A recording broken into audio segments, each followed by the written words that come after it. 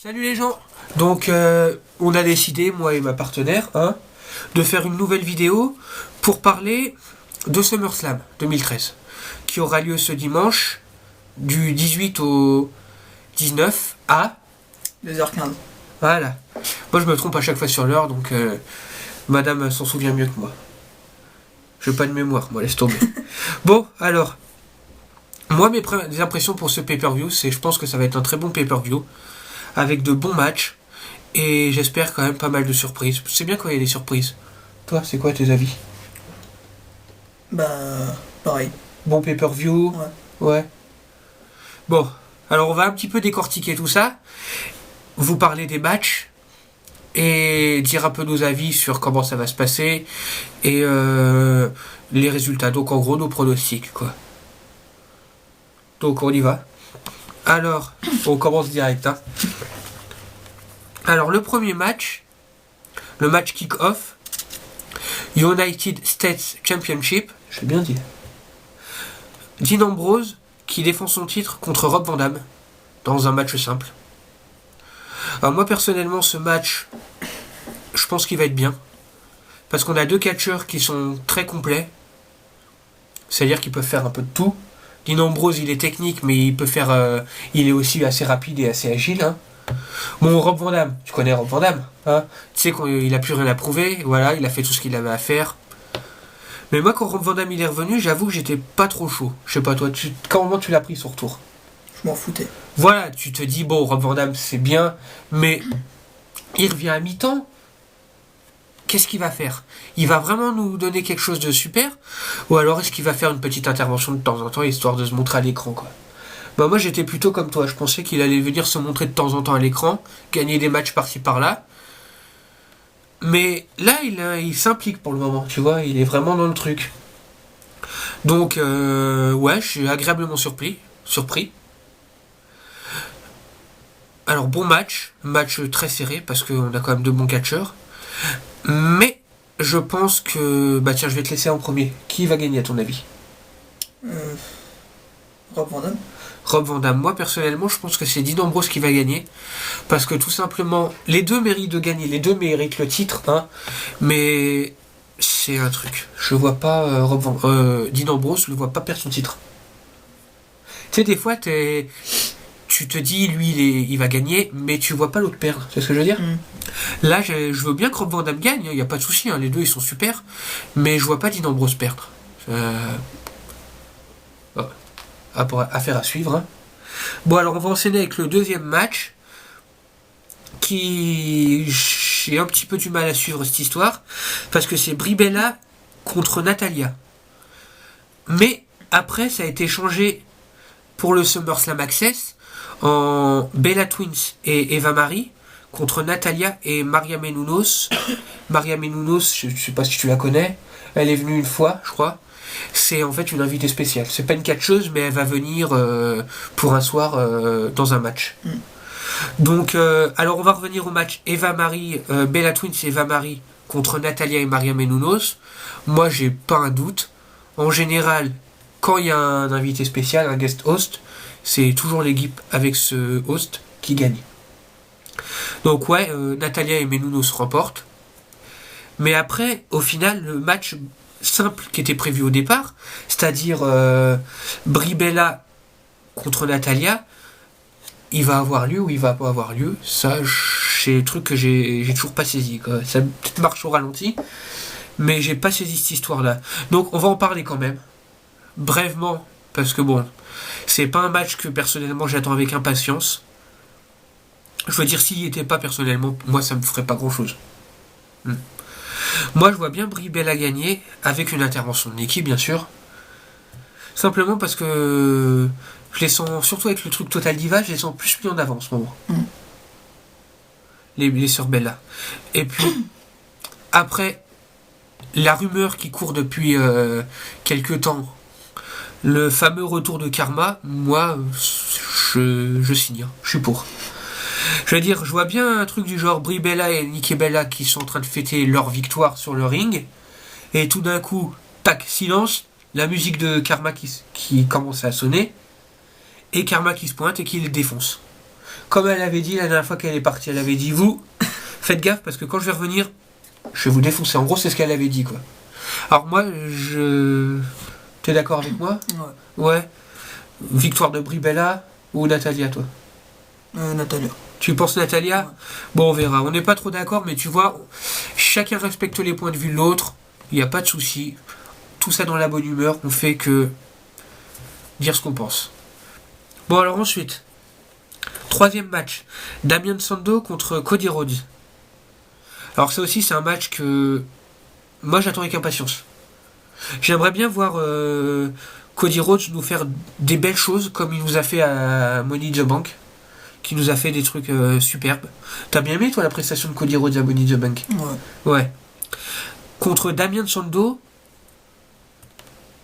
moi Damien Sandow, comme je le dis en général, la sauce elle prend pas. Qu'est-ce que tu penses de Damien Sandow toi? T'as du mal. Ouais. Voilà. Moi, il passe pas, quoi. Alors, je dis pas qu'il est pas bon sur le ring et tout ça, mais il passe pas, c'est tout. Moi, je le vois pas champion du monde poids lourd, déjà. Enfin, vraiment qu'il gagne en crédibilité pour devenir champion du monde poids lourd. Parce que contre un Alberto Del Rio ou les champions qu'on a eu en ce moment, il ferait minable pour l'instant, je pense.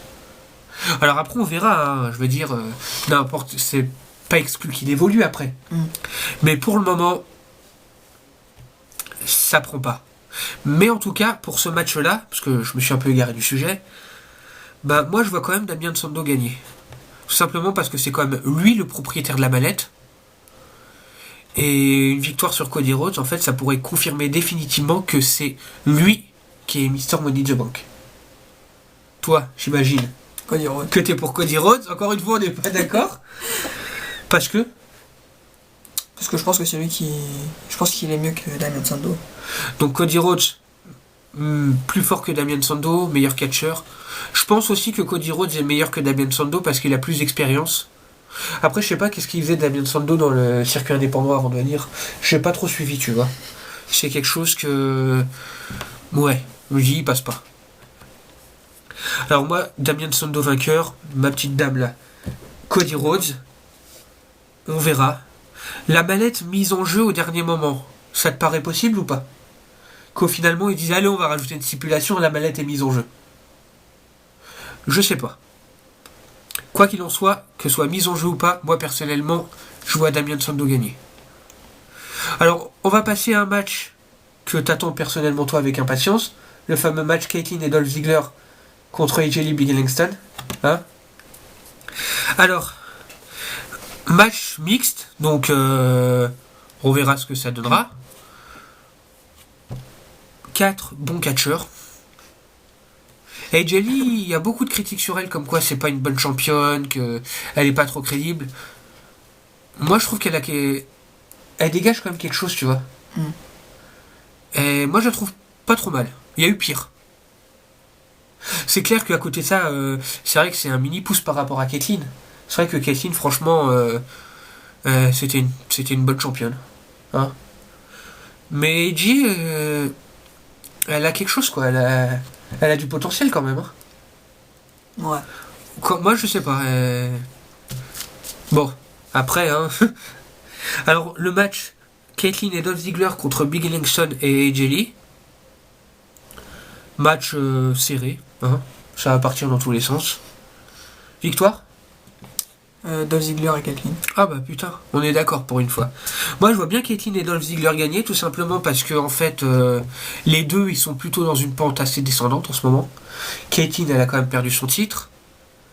Après il y a eu cette histoire avec AJ Lee qui s'est foutu de sa gueule là. Maintenant, Pas de salope. voilà. Leila qui s'est retournée contre elle, qui s'est littéralement foutu de sa gueule, qui lui a planté un couteau dans le dos comme on dit. Vous avez les avis de madame. Alors moi, oui, je vois bien Caitlyn et Dolph Ziggler gagner, tout simplement parce que Caitlyn, elle est, comme je disais, elle est dans une pente qui est assez descendante. Et Dolph Ziggler, pour le remettre dans le bain, parce qu'il est un petit peu dans un creux, tu vois, avec cette histoire avec Biggie Langston et AJ Lee, il est dans un creux, il est coincé avec les deux. Donc le fait de gagner Ça permettra, entre guillemets, de tèche les deux, Biggie Langston, et de s'en débarrasser une bonne fois pour toutes, et de remonter et peut-être se remettre en course pour le titre, quoi. Parce que moi, Dolph Ziggler, je suis désolé, c'est un bon catcheur. Il est comme il est, mais il a de la capacité, et ça pourrait être un grand champion. Lors de son dernier règne, moi personnellement, je l'ai trouvé pas trop mal, parce qu'en fin de compte, il a passé les 3/4 blessé. Il est revenu, il a perdu son titre. Alors moi personnellement, j'aimerais bien le revoir, même avec un titre intercontinental, hein, mais au moins une ceinture et qu'il la défende bien. Bon alors, Caitlyn et Dolph Ziggler contre Biggie et AJ. Moi je dis Caitlyn et Dolph Ziggler. Toi? Pareil. On est d'accord. Alors on va passer au cinquième match. Ouais. Ah, le Ring of Fire match. Pardon. Kane contre Bray Wyatt. Alors, autant ce match, je l'attends avec impatience, mais autant, je suis quand même déjà déçu. Parce que quand moi j'ai regardé sur internet et j'ai vu les news, au départ c'était annoncé Kane contre Bray Wyatt dans un Inferno match. Moi j'ai fait non, sérieux? J'étais content quoi, ça fait combien de temps qu'on n'a pas eu de Inferno match? Depuis 2006. Ça fait un bail. Ouais.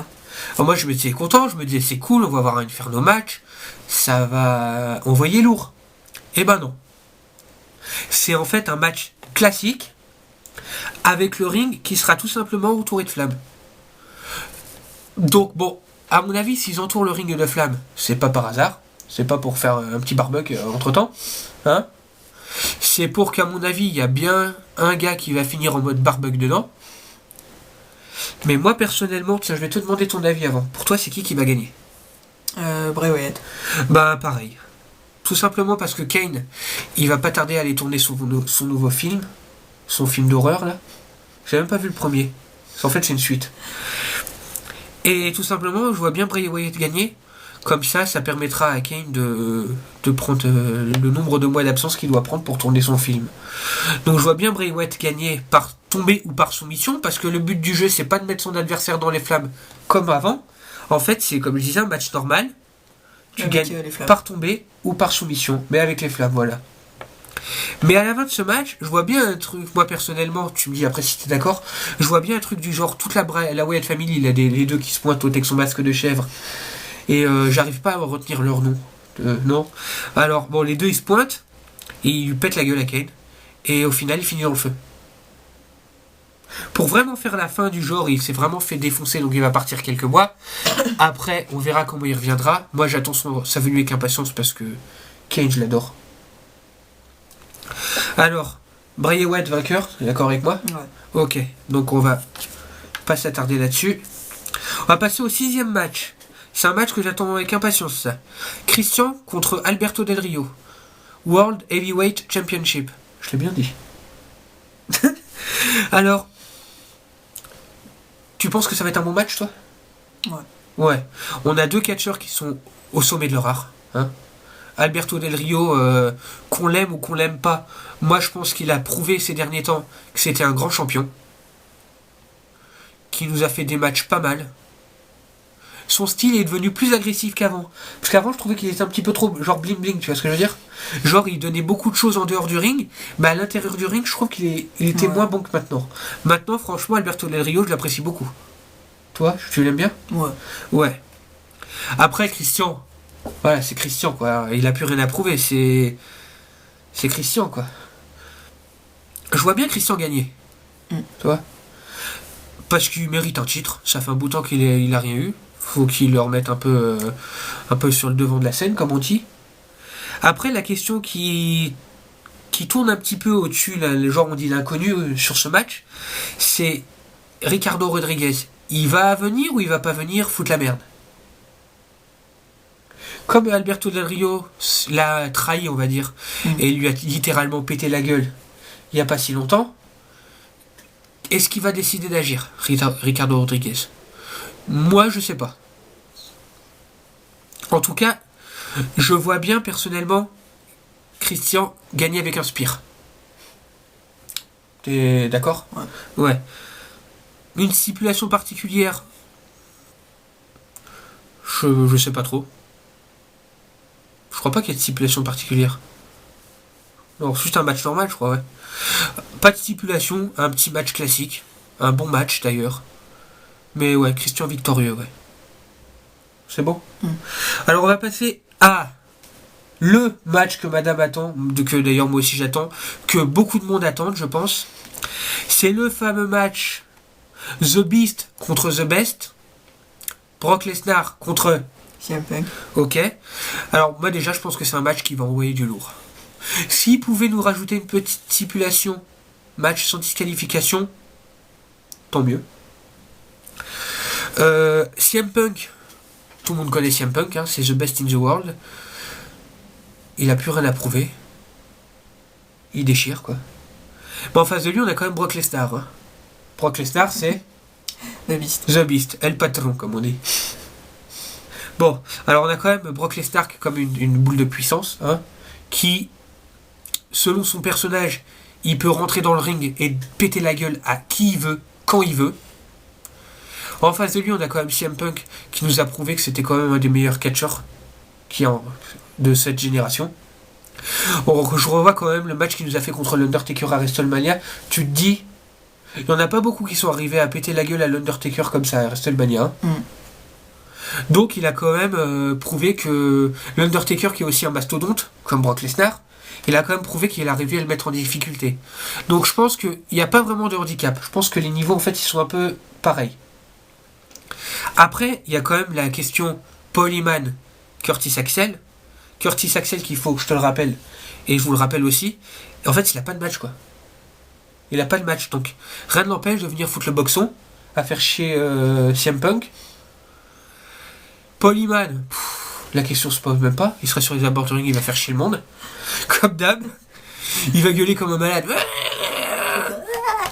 Voilà. Au final, j'ai l'impression qu'il va quand même s'en prendre une. Ça, je le sens bien, parce qu'à chaque fois qu'il est au bord du ring, au bout d'un moment, il s'en prend une. En même temps, à qui on va en vouloir? T'as pas envie d'en coller une à toi? Non, moi, personnellement, j'aime bien Paul Heyman, quand même. Parce qu'il a quand même créé la ECW. Mais... c'est son personnage, quoi. On adore le détester, quoi.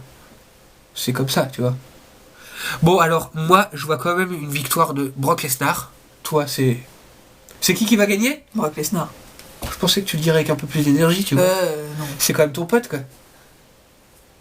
Bon, alors je vois bien une victoire de Brock Lesnar, parce qu'en fait, je pense... c'est juste une question d'image, en fait.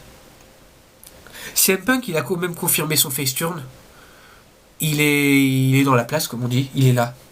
Donc s'il perd, c'est pas dramatique, quoi. Parce qu'il se tape quand même contre la bête, quoi.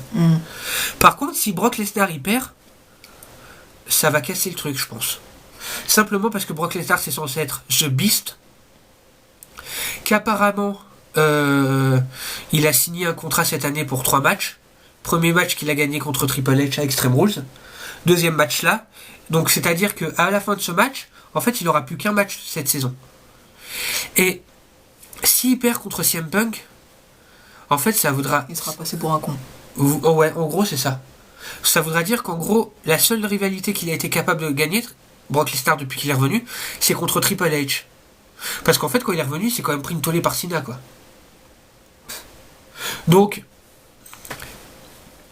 je veux pas critiquer comme ça John Cena, mais si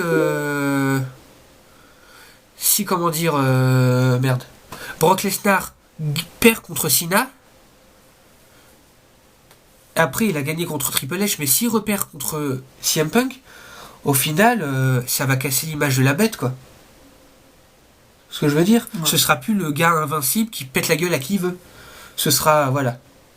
Qu'est-ce que t'en penses? Je t'en bats les couilles, quoi. Tu veux juste que Brock Lesnar gagne. Voilà, bon. Bon, alors on va enchaîner, parce que là j'ai un peu mis 3 heures là-dessus. Avec le main event, John Cena contre Daniel Bryan, avec comme spécial guest referee, j'ai dit referee, Triple H.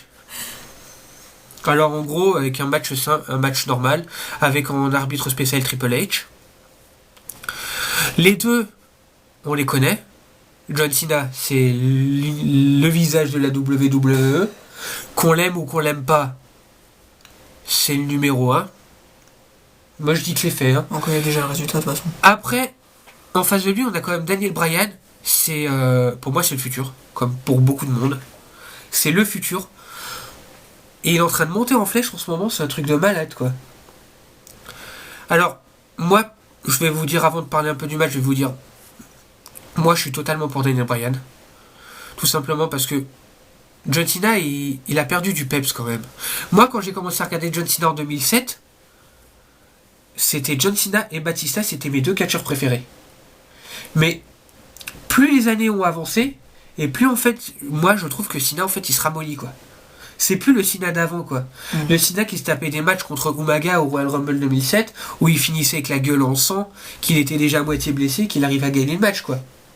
Maintenant c'est plus comme... Il a perdu du peps quoi. Ah, donc moi je suis clairement pour Daniel Bryan. Toi tu es pour... Daniel Bryan. Ça s'était vu, je pense. Ouais. Alors, je pense que ça va être un match qui va nous réserver des surprises. Parce que déjà, quand il y a un arbitre spécial, on ne sait jamais trop ce qui va se passer. Il y a beaucoup de questions qui se posent autour de ce match. Bah, déjà, qui va remporter le match? Triple H, il va vraiment rester impartial ou il va prendre part pour l'un ou pour l'autre? Vu qu'il commence à y avoir cette espèce de rivalité qui se monte, Triple H et Stephanie contre Vince McMahon, comment ça va, parce que ça va finir en mini-guerre des clans, ça, c'est genre la vieille génération contre la nouvelle génération, comment ça va se finir? Donc je pense que c'est un match que faire des pronostics, comme tu m'as dit là, genre on connaît déjà le résultat, moi je pense que non, parce que c'est un match qui... Il y a beaucoup de questions en suspens. Mais moi je pense que quand même, Cena va gagner. Ouais. Si je vois bien Cena gagner, par tomber. Et je vois pas encore, vu que je tiens aussi à rappeler ce fait, Randy Orton. Il a intérêt. Randy Orton, il a pas de match. Dommage d'ailleurs. Randy Orton va-t-il cacher son Money in the Bank ou pas? Il a intérêt. Moi, je le vois pas cacher. Son Money in the Bank. Je sais pas, je le vois pas. Après, c'est que mon intuition, hein. Ça n'engage que moi. Je vois pas Orton cacher son Money in the Bank. Je vois tout simplement une victoire de Cena comme d'hab. Bon. Alors après, chacun se fait son opinion. Pour moi, personnellement, ça va se finir comme ça. Une fin classique. John Cena avec la ceinture en l'air. Triple H qui lui tend le bras. Voilà. Qui lui pète la gueule. Moi, j'aimerais des surprises. Je veux des... Tout le monde aime bien des surprises. C'est mieux d'avoir un gars que t'aimes pas trop gagner, mais en surprise, tu vois. T'as l'effet de truc. Parce que si au final, c'est toujours...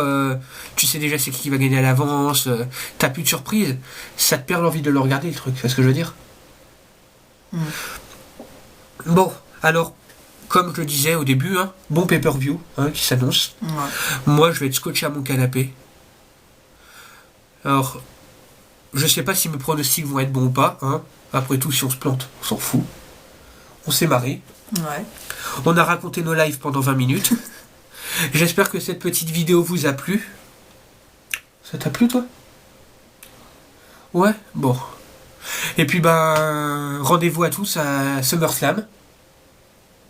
Avec les popcorn. Ouais. Ok. Bon, si vous avez aimé cette vidéo, hein, vous pouvez vous abonner à ma chaîne.